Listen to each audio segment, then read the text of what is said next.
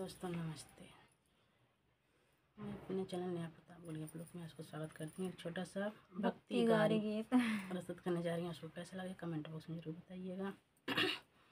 22 जनवरी दुई जनी आई हो, 22 जनवरी दुई जने आई हो, राम लखन दुई भाई, हाँ सीताराम से बनी, अरे राम लखन दुई भाई, हाँ सीताराम से बनी। योगी भी आए हैं, मोदी भी आए हैं, योगी भी आए हैं, मोदी भी आए, आए सब नर नारी, हाँ सीताराम से बजो, अरे आए सब नर नारी, हाँ सीताराम से बनी। 22 जनवरी दुई जने आई हो, 22 जनवरी दुई जने आई हो, राम लखन दुई भाई, हाँ सीताराम से बनी, अरे राम लखन दुई भाई, हाँ सीताराम से बनी।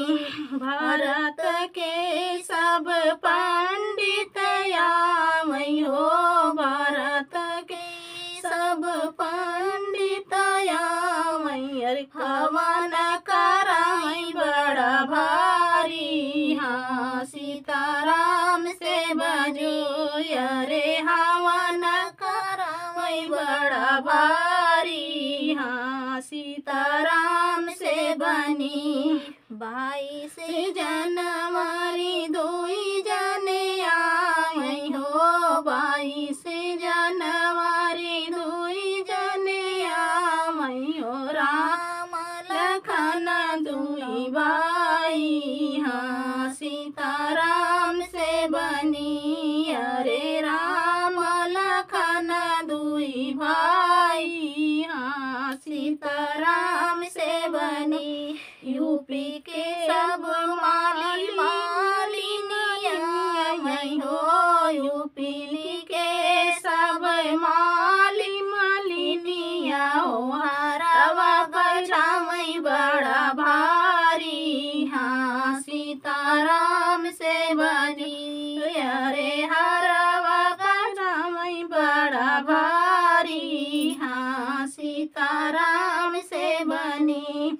22 जनवरी दुई जने आई हो, 22 जनवरी दुई जने आई हो, राम लखन दुई भाई, हाँ सीताराम से बनी, अरे राम लखन दुनों भाई, हाँ सीताराम से बनी। देश विदेश से आए पुजारी हो, देश विदेश से आए पुजारी हो, ढोले बजावई नगाड़ी हो, सीताराम से बनी, अरे ढोले बजावई नगाड़ी, हाँ सीताराम से बनी।